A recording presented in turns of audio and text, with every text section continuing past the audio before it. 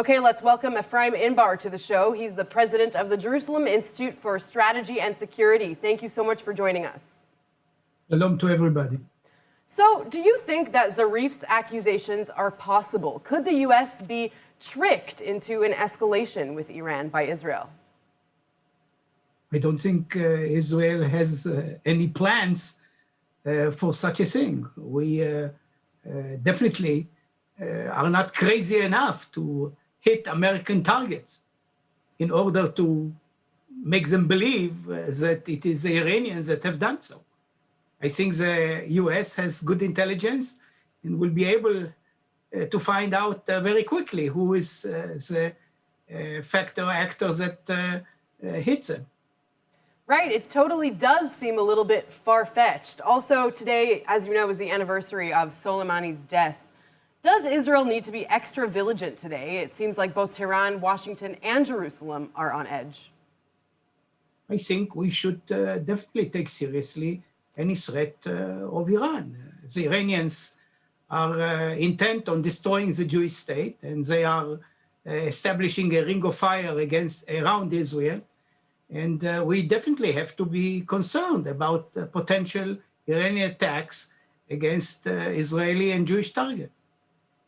Iran is also vowing to majorly enrich its uranium to up to 20%, and just a couple of weeks before a new White House administration. Wouldn't this hurt them more than help them if they do want to re-enter some sort of deal?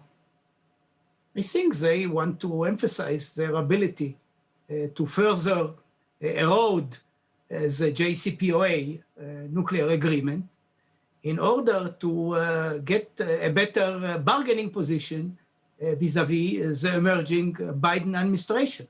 After all, we know that the emerging Biden administration is intent on having renewed dialogue with Iran, but there is a disagreement within the specialists around Biden whether the United States should agree to roll back the sanctions that were imposed by the Trump administration or to accept the Iranian demand to start negotiating after removing all sanctions. And this, of course, will bring about a loss of American leverage in the negotiations.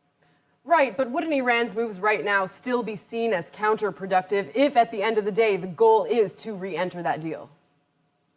I fully agree. I think that negotiations would hardly lead to a better agreement, as the Biden administration or some of the Biden administration people say. And we've seen already that even maximum pressure by the Trump administration for 2 years didn't bring any such result.